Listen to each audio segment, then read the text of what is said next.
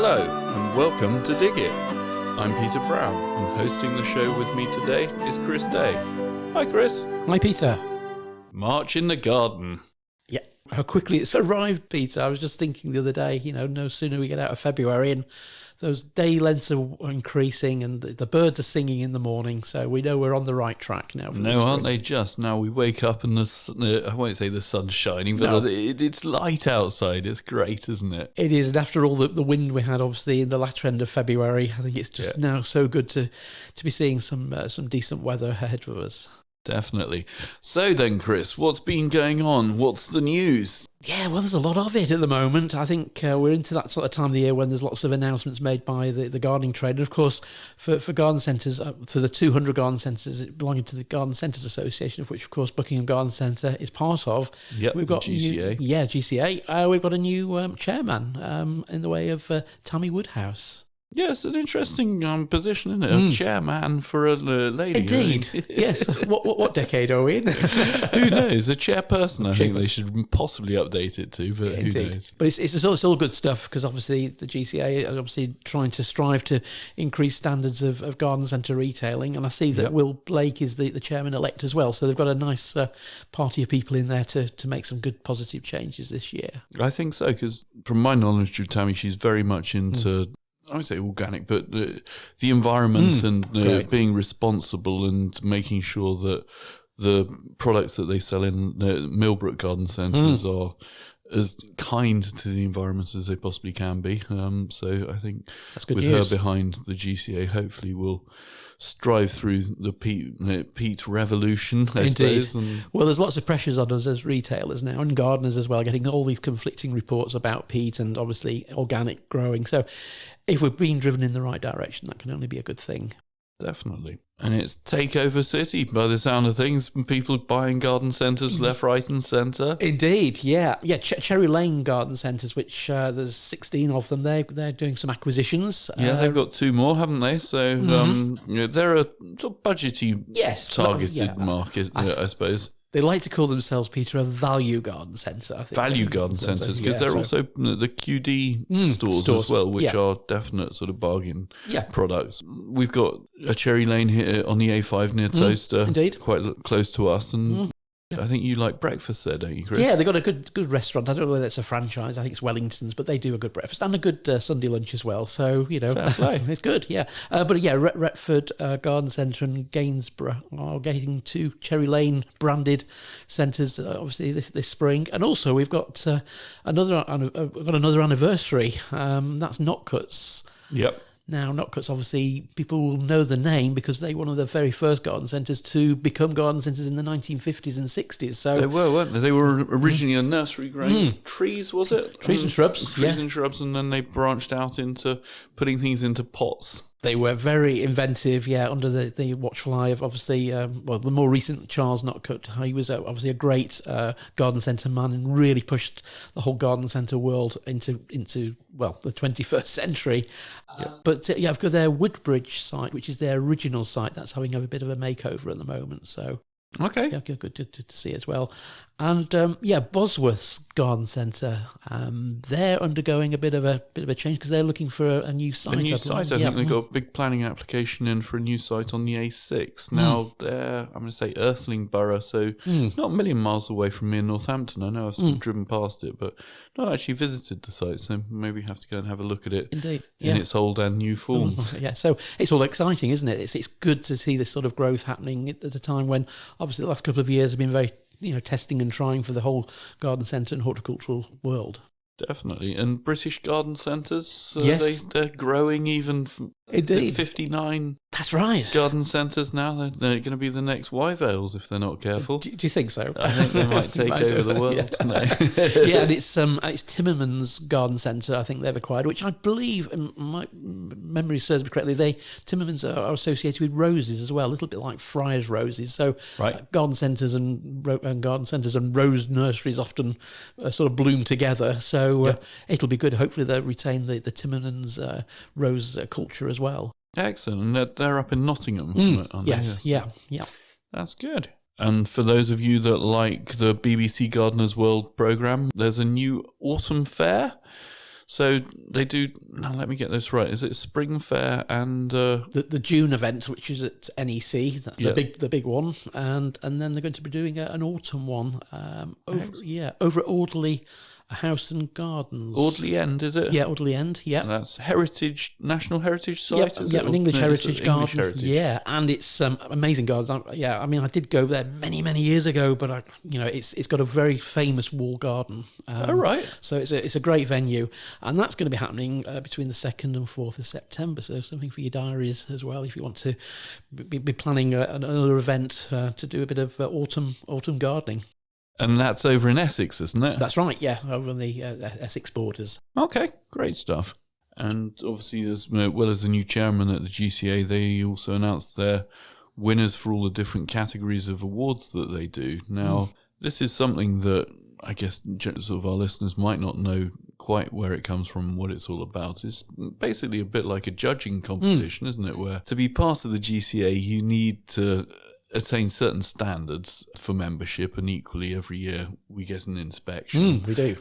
Which we find really useful because it helps us pick up on things that we might not see because we're here every day, and equally it gives us a sort of benchmarking procedure of where we stand against other garden centres. And part of that sort of process is that they look at certain different aspects of the garden centre, don't they, Chris? They do, yes, whether that's the outdoor area for plants, or maybe how the shop's set out, the layout, or the restaurant, the sort of catering side, or of course things like Christmas. Yeah, because there's a couple of Christmas awards that probably worth mentioning. Barton Grange won one of them, and from what I hear, their Christmas display is pretty spectacular. Fantastic, so if you're up in Lancashire, sort of north of Lancaster, isn't it? Yes, it is. Yes, so it's just off the A6, isn't it? So it's nice and easy, close to Lancaster and to Blackpool, so it's that nice territory. But that's a huge old garden centre, isn't it? It's a really big one, and they obviously won Best Destination Christmas Display, and then we've got the Castle Gardens winning the garden centre category for the Christmas show. I mean, Peter, when you look through the sort of categories, there is a lot, isn't there, for garden centres to compete against, which is good. Even things like obviously the environmental and community awards, what garden centres do in that department, and obviously customer service as well. So all the things when you are a customer walking around a garden centre are being effectively scrutinised in the nicest possible way. To up the standards to make that centre that little bit better in years to come. So I think it's great that you can compete in a quite a competitive element, and I think that's quite the good fun of being part of a membership of the GCA. Definitely. And overall, Old Railway Line won Best Garden Centre of the Year. So if it's Monmouth Way, is it? Yes, yeah. Sort of just over the Welsh border. That's a very good garden centre to go and have a look around. And from memory, it's a triangular plot, which was an old railway line station, I think. Yes, okay. That has obviously been repurposed into a garden centre now. And I have to say, many years ago, I was involved in judging the Horticultural Week Awards. And the Old Railway Line always came in very good contention, really good entries, because obviously that's something you have to enter yourself to put yourself forward.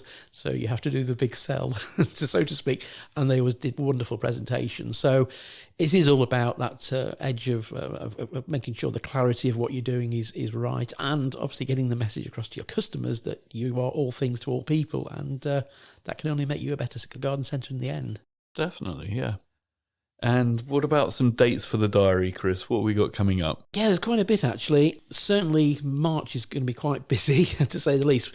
Certainly, between the 14th and the 20th, we've got Compost Week UK. So this is a big innovation, really, to get us thinking about composting at a time when perhaps we are venturing out into our gardens for the first time, although that might not be all of us. And it's the whole area of how to make compost, which, of course, wonderfully links back to our great chat with Rod Weston last month. Yeah, that's a really interesting podcast. I'd not realised there was so much to learn about compost, and I think we've got a couple of new products on the shop floor. One from Keter, who is I'm going to say plastic Yes. sort of manufacturer. They do sheds, they do big storage boxes, and they've gone into composters now. Yeah, and this one is good, and it looks very nice. It's got a nice look to it, so it will blend into, if you've got a modern garden and you're looking for a composter, which will sit quite comfortably with your composite decking and such like this is the one to go for. It's certainly not rustic.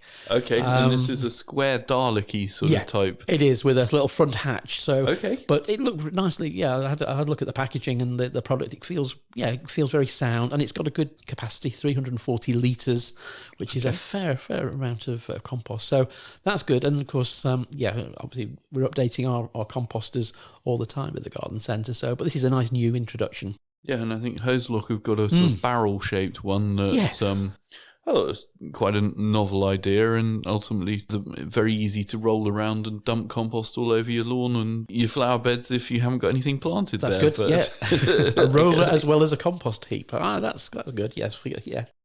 Lots of innovation, I think, and that's one thing when we were chatting to Rod, that was a big area, wasn't it? There were lots of different themes of using these fantastic bits of kit now to produce, compost from our kitchens as well as from our gardens. Yeah, that's it.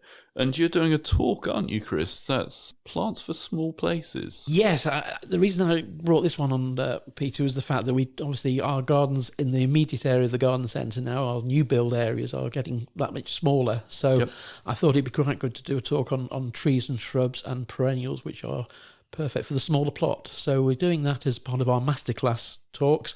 That's going to be on Wednesday, the 16th of March. So, please pop down if you want to grab a seat. We had a good number last month, so we'd love to see you on the 16th.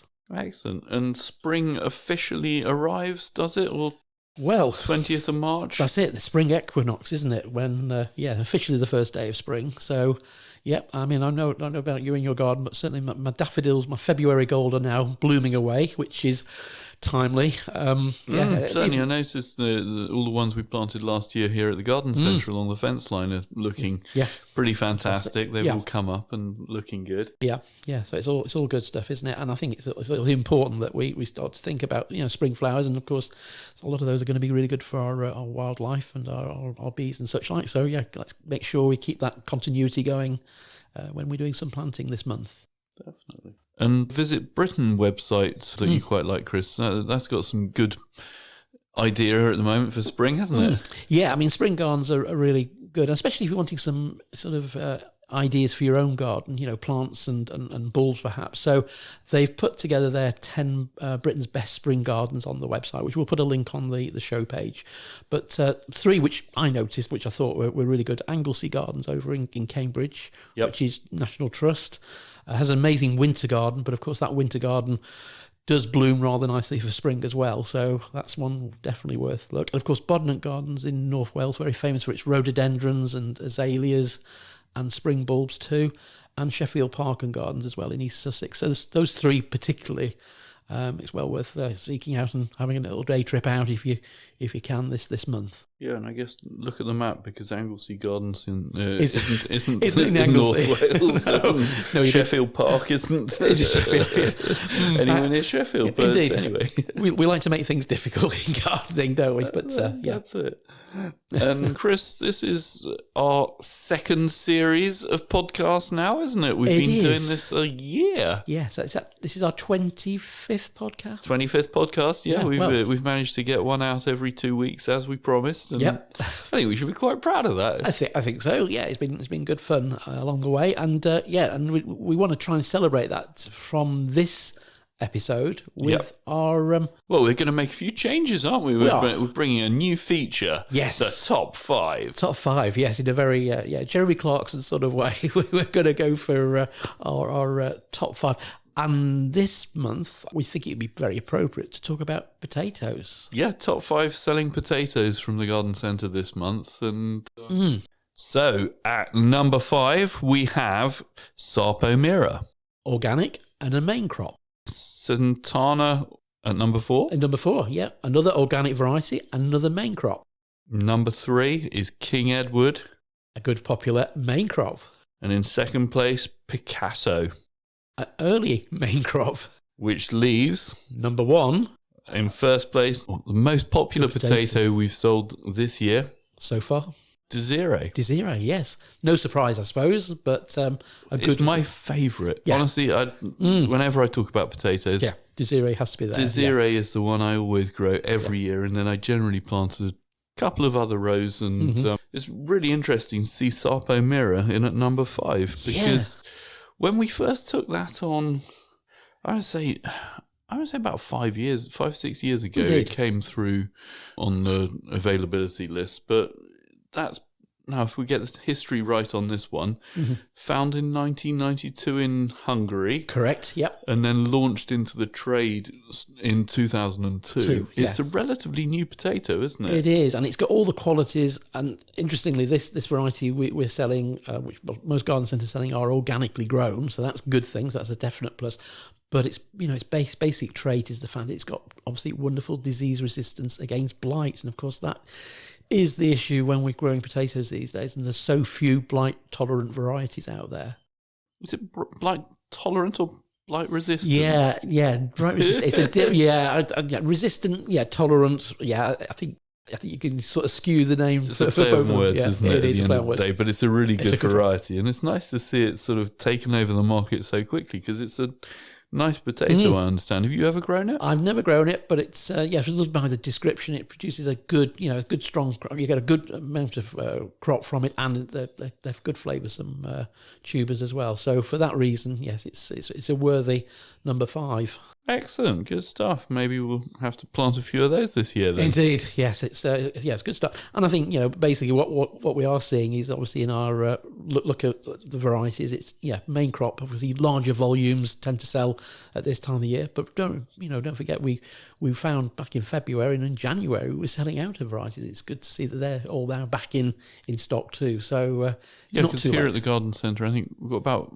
45 different varieties of potato out for sale, and they're all loose, so you can come and pick the size and the shape of the potato that you like. And if you're really into potatoes, maybe have a listen to our podcast from about a year ago, wasn't it? It's one of the first ones we did with John Marshall. That's correct. Yeah, a wonderful gentleman with a fantastic Scottish accent, and up from that part of the world. Of course, John, well known for his, he was involved in the breeding program of a lot of the potatoes as well. So the Chelsea gold winning potato man. He was indeed. So you can listen back on your favourite podcast platform to it's back in April of 2021. That's it. And like we always say, if you do like our podcasts, please mention them to your friends. So our listener audience grows and grows, and hopefully more people get to hear about the things we get to chat about. Oh, yes, definitely. And what jobs should I be doing this month then, Chris? Well, it's all about seed sowing, isn't it, this time of the year for March. The soil is now nicely going to be breaking down well. You can get that good tilth. So, make sure you've cleared all your perennial weeds, your annual weeds, and you should start to be able sowing. I think, sowing some hardy annuals are great fun. So easy for people to get the seeds these days, and you can get some really nice flowers from them. So hardy annuals, things like calendulas, Gadisha, larkspur. Calendula, that's is that a snapdragon? Antirrhinums. Antirrhinums are snapdragons. Yes. I remember saying them as a child. They were always a good one. But calendulas are good, especially the single varieties for your bees. They're good. And then obviously, more unusual ones. Gadisha is a lovely thing. Exaltia, the Californian poppy. But these you can sow straight where you want them to flower. You get the kids involved. It's a really nice sort of project. You've got a little bit of bare soil. You can soon fill out the area. And most of the the wildflower seeds, you get the annual wildflowers are mostly annuals anyway. So that's a real good way of getting some wildlife, some interest, certainly for the bees and the butterflies too. So that's one thing to put on your shopping list. Some seeds which have hardy annuals. They've obviously got a little HA on the seed packet, so you can identify them that way. Okay. And I noticed we sell Johnson seeds, and they have a little label attached to the back of the packet. Right. Which is a really good way to remind yourself where you've sown your seeds, especially with hardy annuals. So if you haven't got, if you don't buy Johnson's, and if you buy good old Mr. Fothergill's or whoever brand you're buying, just make sure you do label your hardy annuals where you're sowing them, because you don't want to lose them. Easy to forget, isn't it? It is, and very frustrating as well.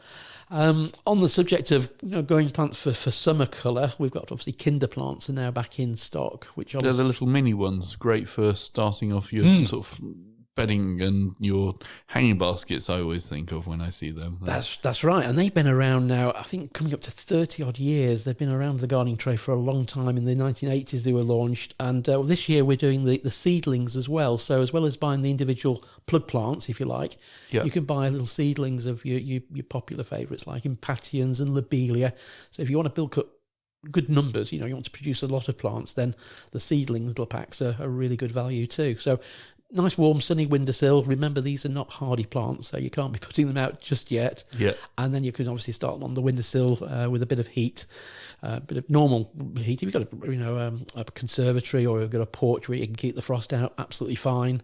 And they'll grow, like Billio, to be honest with you. They grow really quickly. You'll need to keep potting them up as they grow too. Okay.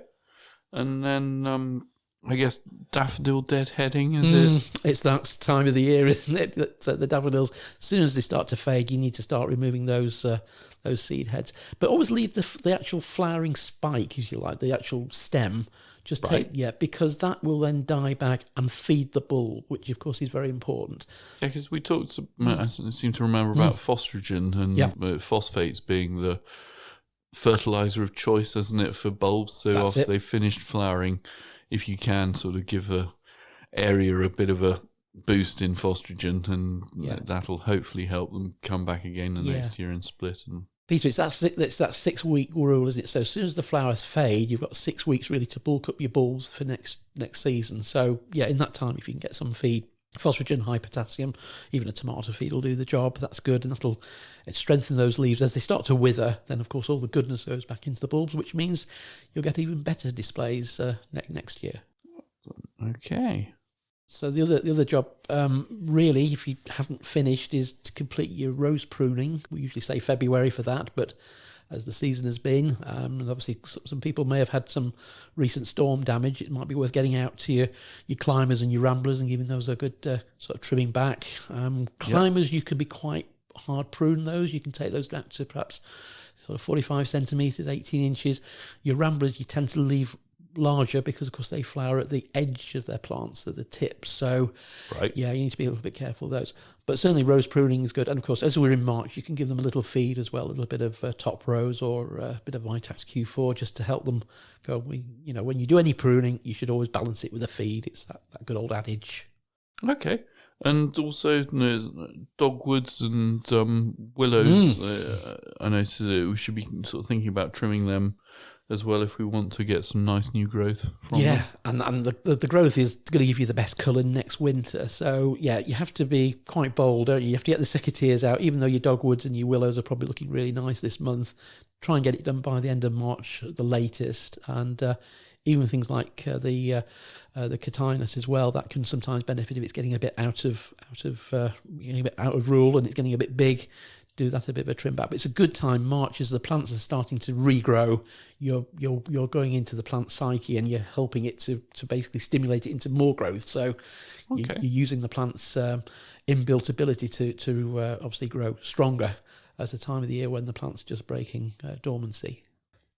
And my cherry tree that I need to trim back, can I trim that yet? Or just a bit early, Peter. Yeah, you need. Okay. Yeah. So should I wait for it to actually break leaf and to start properly growing again? Yeah. So once it's got a bit, it's got maybe 1 or 2 inches of growth on it. So that's going to be probably end of May, early June.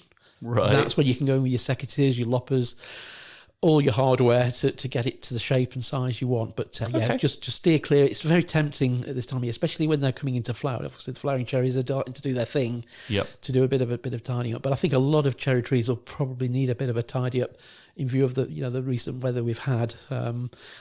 Give them a good tidy up once they're in active growth. So end of May, early June, and then right through till sort of August is the cut-off point. Okay, so a job that I'm actually trying to do before time. That's a bit unusual for me, isn't it, Chris? Normally after I should have done it, I get around to doing it. So I'm guessing it must be time to start thinking about tomatoes and cucumbers and greenhouses. And I guess if you haven't cleaned your greenhouse yet, about time to get the cobwebs out and clean the glass and Yeah, and maybe do some maintenance on your greenhouse as well. I noticed one of my panels has slipped slightly in my wooden greenhouse, so that's a bit of a job. But yeah, give it a good tidy up, give it a good brush, and then get some of the good old Citrox greenhouse sterilant in there as well. Yeah, nice sterilise all the old bugs. And yeah, kill indeed. them off. And then obviously cleaning the glass. I mean, that's going to improve your light level straight away, both inside and out. And if you can get hold of a little fumite bomb, one of these to get rid of any overwintering pests in the nooks and crannies of your greenhouse, so much the better. Okay, that's quite a good job. And then then you're ready. You've got a nice clean start. And any containers you're using, seed trays and pots, make sure they're nicely cleaned and sterilised before you bring them into the greenhouse. So you're starting from a nice clean sort of standpoint. So can I use Milton on cleaning my seed You could do. trays and things? So yeah, I must admit, I've never bothered. Surprisingly, Chris, but I brush them out and sort of give them a rinse under the tap. I'm sure Milton smells a lot better than Jay's fluid when I use it mine in the greenhouse, and it gets very damp and very wet and very grey liquid. So as long as I would have thought it'd be absolutely fine, yeah. But make sure with your seed trays that you get a brush, a small little hand brush, and just remove all the compost first before you dig. I think that's it. Yeah, and give it a clean start. And obviously, if you're buying new trays, whether it's root trainers or buying these little greenhouses, little trays with little propagator tops, then start those from scratch. They probably don't appreciate going through the Milton, but they'll certainly need a wash to get rid of any muck which has built up over the winter time, dust. And you're in a good place. And of course, make sure you've got some seed and cutting compost in the greenhouse or in your shed warming up, because that's obviously the last thing you want to use is cold compost when you're seed sowing. And obviously go down the organic route if there's a suitable compost on the market to do that job, which of course there are many now. And houseplant repotting is season for that now, isn't it, Chris? Yeah. How do we tell whether our Chamidoria or the sort of big foliage plant needs repotting? Well, I think there's a couple of reasons. If the plant is actually physically moving out of the bottom of the pot, it's producing lots of roots into its saucer or into its pot cover. That's usually an indication. I mean, it might be just the logistics of the plant getting quite tall and getting a bit leeward, and growing towards the light. And maybe the proportion of the size of plant to the pot might be a little bit out of kilter. So I think in a way if your plant needs a repot. And often if it's a foliage plant, the leaves might start to look a little bit yellow, a little bit sickly. Okay, yeah, because I suppose when you repot them, you're going to put a whole load of fresh nutrients in for the plants to suck up and grow with, and that's a good point, actually. I'd not really thought of that before. Yeah, I mean, some foliage plants might have just lower, their older leaves might go yellow naturally, but if the plant generally looks a little bit insipid and it's lost its sheen, then, as you say, putting it in some fresh compost will make all the difference within that sort of month, 6 weeks after potting.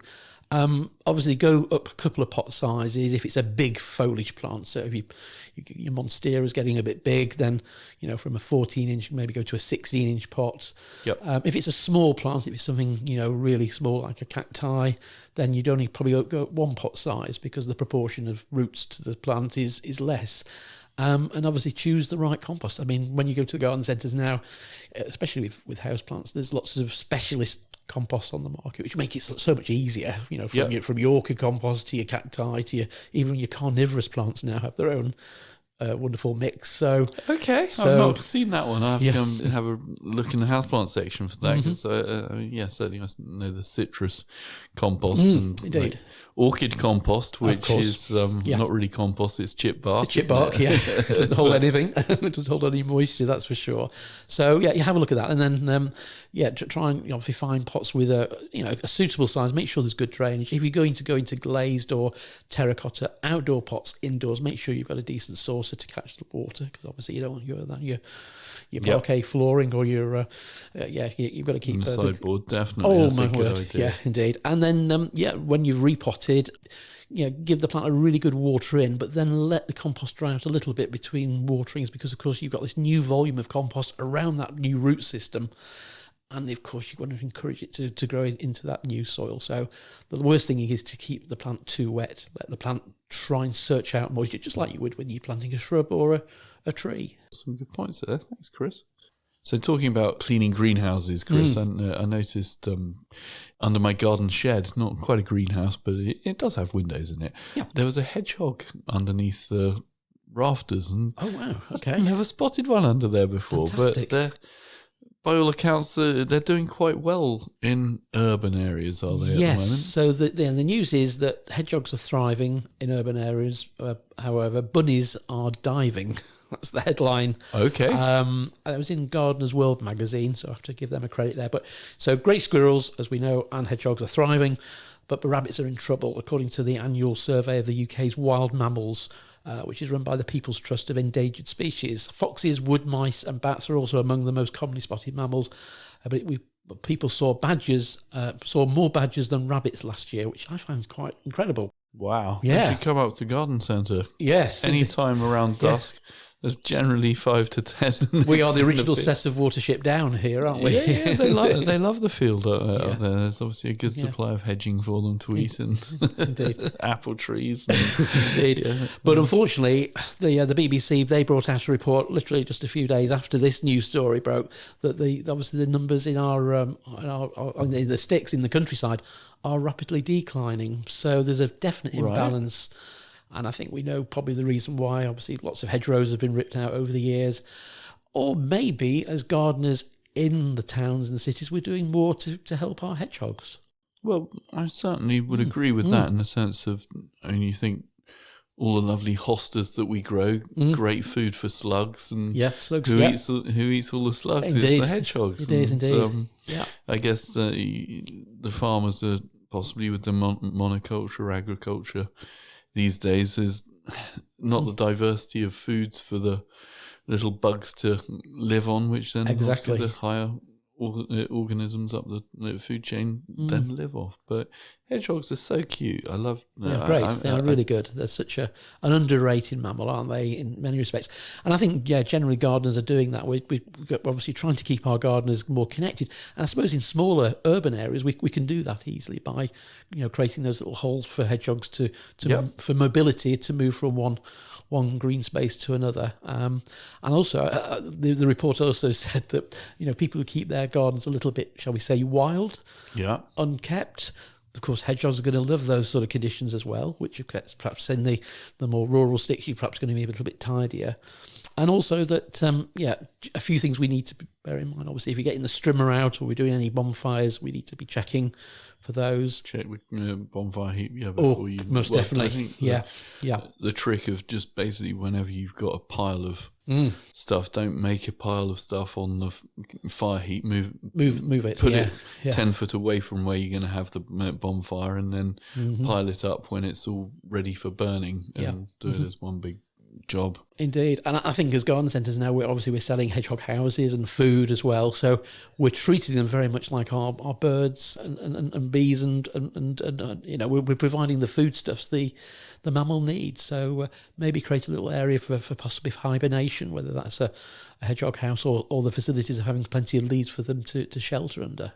Yeah, I mean, if you haven't got a garden shed or a covered space that's relatively warm and sheltered, obviously, like you said, the hedgehog houses that you can buy now are great little additions, and they look quite cute, I think, some of them. They are very good, yes, and not too expensive in the scheme of things, and yes, and you need to be setting those out sort of around about August, September time.